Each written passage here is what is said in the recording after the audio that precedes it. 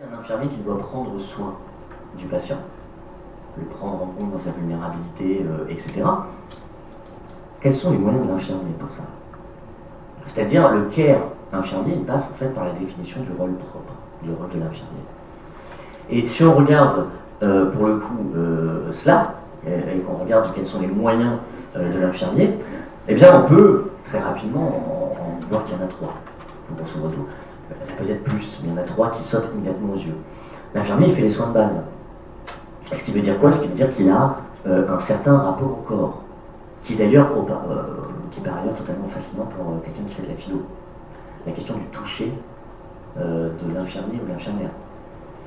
Pourquoi? Parce que c'est un toucher qui n'existe nulle part ailleurs. La main du soignant n'existe nulle part ailleurs dans la société. C'est pas juste un contact, c'est pas une caresse, c'est pas juste un acte technique, c'est quelque chose qui est à la croisée de plein de chemins, c'est pas un contact indifférent non plus, c'est très dur à définir en fait votre toucher. Et pourtant, il a une importance capitale pour le patient. Déjà parce que c'est votre prise de contact, c'est une manière de le prendre en charge, mais pour le patient qui vit ce toucher, il y a ici une expérience qui est très particulière. Une expérience qui est inédite, puisqu'elle existe nulle part ailleurs dans la société. Et puis, il y a cette chose étrange, c'est que l'infirmier, il doit rentrer dans l'intimité sans être un intime. Et sans devenir intime. Ça, c'est quand même particulier. Les gens sont livrés, vulnérables à vous. Quelque part, un peu sous votre contrôle. Ils sont livrés, vulnérables à vous, et parfois dans leur plus grande intimité, et à la fin, vous n'êtes pas intime. Et vous n'avez pas pour vocation de le devenir. Donc déjà, il y a un rapport au corps chez l'infirmier. Le care doit passer par le rapport au corps, c'est une évidence. Il y a tout un questionnement à avoir sur le toucher, mais que je laisse à votre réflexion. Et puis, je crois qu'il y a un truc qui, pour moi, paraît le plus important dans votre métier, c'est la question de la présence continue. C'est-à-dire ce rapport au temps. Vous avez un rapport au temps par rapport aux patients que n'ont pas les autres. Alors, il faudrait peut-être parler des aides-soignantes, mais d'ailleurs, ça sera un peu le grand impensé de ce soir. C'est-à-dire l'identité des aides-soignantes. C'est un vrai souci quand on réfléchit institutionnellement, parce que le problème des infirmiers et des infirmières, c'est que maintenant, vous êtes enfin rentré dans le cursus universitaire. C'était scandaleusement long à venir. Et du coup, vous pouvez faire des masters, vous pouvez faire des doctorats. Les AS, c'est beaucoup plus compliqué. Et du coup, qui pense pour les aides-soignants? Parce qu'on sait très bien que chaque groupe peut être poussé en fait à construire son identité en rejetant les autres groupes. Je suis infirmière, je ne suis pas aide-soignante, je ne suis pas médecin. Et il faudrait quasiment une réflexion entière sur l'identité aide-soignante, ça paraîtrait pas aberrant. Cette présence continue, je dis, elle est très importante, je vais y revenir, parce que ça veut dire que vous êtes les témoins de l'imprévisible. 3/4 du temps, quand il y a de l'imprévisible dans la relation de soins, vous êtes les premiers témoins de cet imprévisible.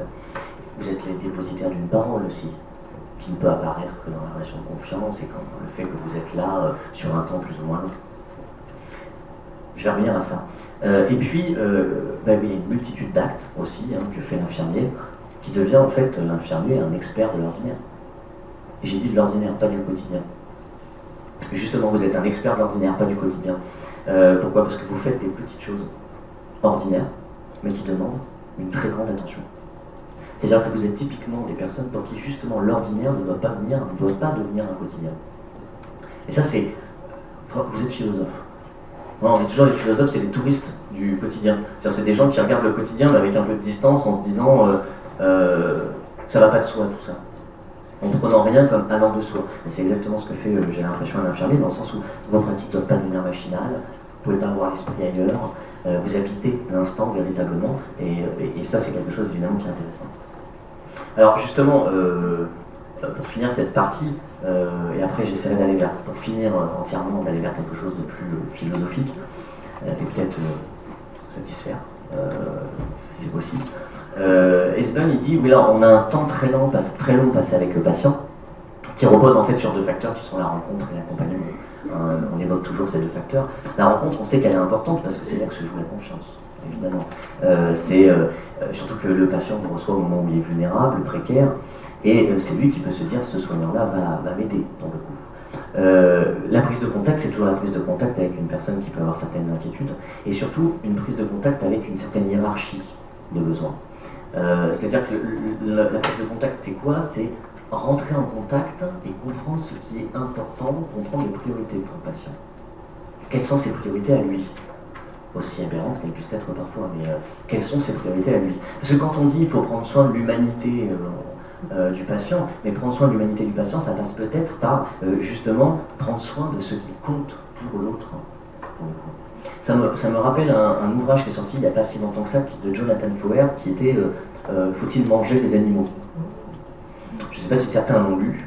Je ne vais pas parler des animaux, hein, mais dans ce livre, il y a un passage qui est très intéressant où Jonathan Foer raconte une histoire que raconte sa grand-mère. Sa grand-mère était juive, elle a connu la guerre, et à un moment, elle était en exode, elle essayait de se débrouiller comme elle pouvait, elle marchait de village en village, dévorée par la faim. Elle allait dans des marchés, elle prenait de la nourriture, il ne fallait surtout pas manger tout de suite la nourriture que vous preniez, parce que l'intérêt c'était de le garder sur vous et d'aller à un autre marché pour l'échanger contre un peu plus, et ainsi de suite. Et puis en 1942, elle a fini par s'écrouler dans la neige, morte de faim, et elle raconte ça à son petit-fils, Jonathan Foer. Et elle lui dit à ce moment-là, il y a un fermier russe qui m'a pris en charge, qui m'a ramené chez lui, qui m'a permis de me reposer et qui m'a permis de me nourrir. Ah donc tu as enfin pu te nourrir, lui dit Jonathan Foer. Elle lui dit, bah non, j'ai pas mangé. Et Jonathan Foer lui dit, mais pourquoi t'as pas mangé? Elle lui dit, bah parce que on m'a proposé du cochon. Et Jonathan Foer dit, tu rigoles, t'as pas mangé du cochon parce que c'était cachère, alors que tu mourais de faim. Et là, sa grand-mère lui dit une phrase que je trouve très intéressante. Elle dit, s'il n'y a plus rien d'important, il n'y a plus rien à sauver. La force de cette phrase, je la trouve absolument incroyable. S'il n'y a plus rien d'important, il n'y a plus rien à sauver. Ça veut dire ce que ça veut dire. C'est une phrase que je cite souvent parce qu'elle dit tout en fait. Elle dit, on sauve le patient parce que c'est quelqu'un pour qui il existe des choses qui sont importantes dans sa vie. Et s'il n'a plus rien d'important dans sa vie, alors il n'y a plus rien à sauver.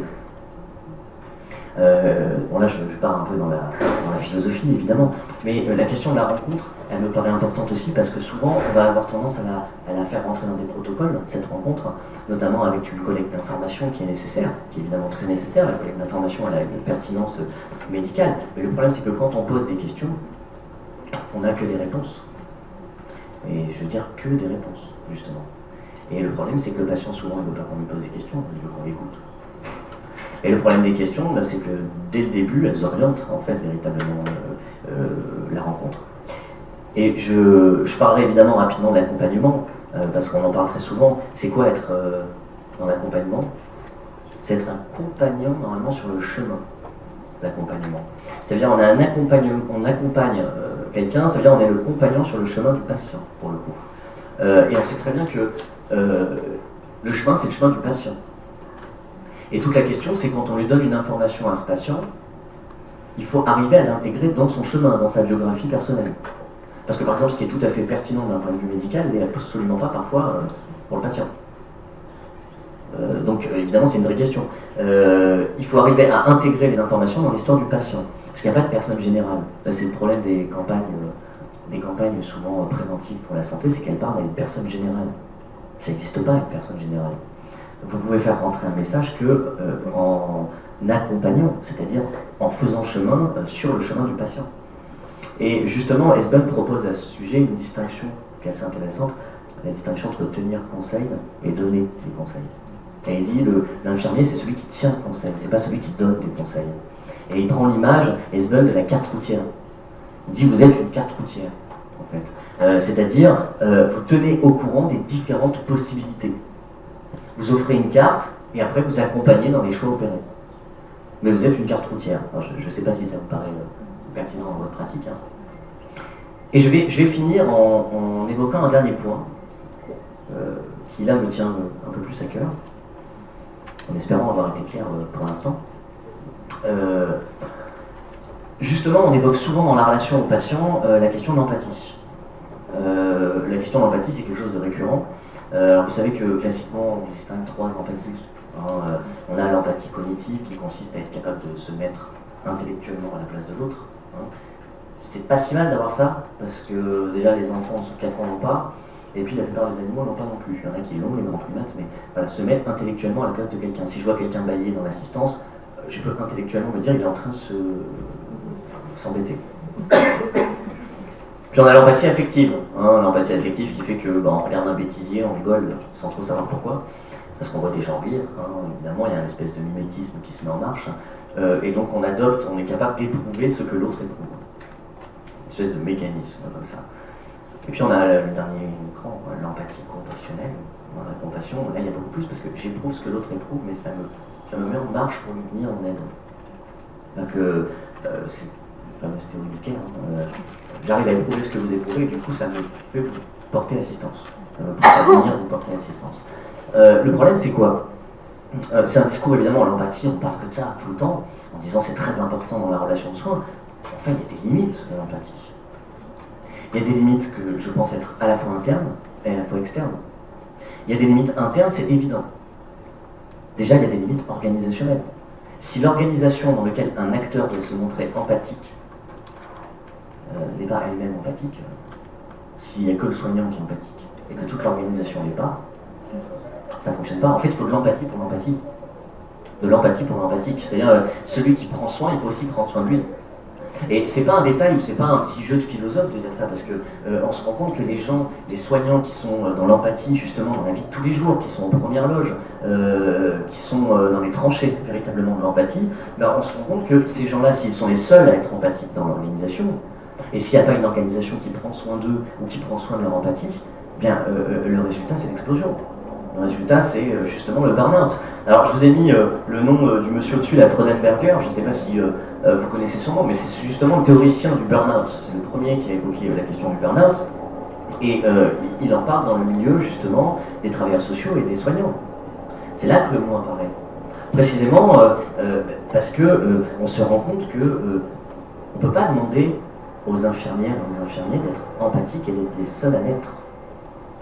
Et on ne peut pas leur demander non plus de l'être à la place de tout le monde sans prendre soin d'eux également. C'est un vrai souci. Je ne sais pas comment dire, mais à quel point c'est un vrai souci, je crois. Et là, je me baserai plus sur la sociologie des organisations, mais quand on demande à un acteur une compétence affective et qu'on ne l'aide pas, qu'on ne l'accompagne pas dans cette compétence affective, il nous pète dans les doigts. Ça ne peut pas se passer autrement. Et là, je ne parle pas forcément du milieu hospitalier, mais je parle des organisations en général. Donc ça, déjà, c'est important. Et puis, il y a aussi des limites personnelles à l'empathie. Jusqu'à quel point on doit s'engager dans le processus empathique avec le patient, c'est une évidence. Sans compter que, alors d'ailleurs, Freudenberger dit quelque chose d'intéressant là-dessus. Il dit, faut arrêter de croire que les travailleurs sociaux ou les travailleurs du soin sont dans la dévotion. La dévotion, c'est quelque chose d'assez immature, déjà, en soi. Et puis souvent, c'est quelque chose qu'on utilise. Vous êtes dans un métier de vocation. Donc là, vous devez tout accepter. Je connais, je suis enseignant, c'est un peu la même idée. Mais le problème aussi, c'est que il y a une sorte d'immaturité dans celui qui se donne entièrement en tout, qui gère pas cette empathie justement et qui s'y perd véritablement, et qui est peut-être plus dans une recherche pour le coup narcissique, dans une recherche de reconnaissance qu'on pourrait interroger. J'entends un grillon. Et puis il y a une limite externe de l'empathie qui me paraît évidente. La limite externe, c'est que je ne peux pas me mettre à la place de l'autre. C'est impossible, d'accord, je peux essayer d'éprouver ce qu'il éprouve, mais enfin, la vérité c'est que comment on se met à la place d'un enfant en oncologie qui a 9 ans et qui souffre d'une leucémie? Comment on se met à la place de ça? Et c'est un vrai souci parce que justement, on demande aux soignants toujours d'être empathiques. Mais il se retrouve dans des situations où il ne peut pas l'être, même avec toute la bonne volonté du monde, parce que justement, l'autre c'est toujours l'autre, par définition. Je ne peux absolument pas me mettre à sa place. Pour le coup. Je peux essayer, je peux tendre. Il y a peut-être des outils d'ailleurs intéressants à ce sujet, mais je ne peux pas, il reste un horizon. Et par définition, l'horizon, ça ne s'atteint pas, justement. Et pourquoi j'évoque ça? J'évoque ça parce qu'il y a quelqu'un qui m'est très cher, qui est décédé le mois dernier, qui s'appelait Ruel Augian, qui était un philosophe que j'estimais énormément et qui a sorti un livre justement qui s'appelle Mes 1001 nuits. Alors, je lui fais de la pub à titre posthume. Mais voici l'ouvrage. Et Ruel Augian est mort d'un cancer du pancréas, donc le mois dernier. Il a écrit ce livre en fait pour évoquer la relation de soins, justement comment il avait vécu sa maladie, etc. C'est un livre toujours passionnant, parce que c'est toujours passionnant de toute façon de lire Ruel Augian. Et justement, là j'ai une vraie question, je crois, que je pourrais presque poser aux soignants, c'est, mais aujourd'hui on est dans une logique où on essaie de trouver un sens aux choses, notamment à la maladie. Ce qui est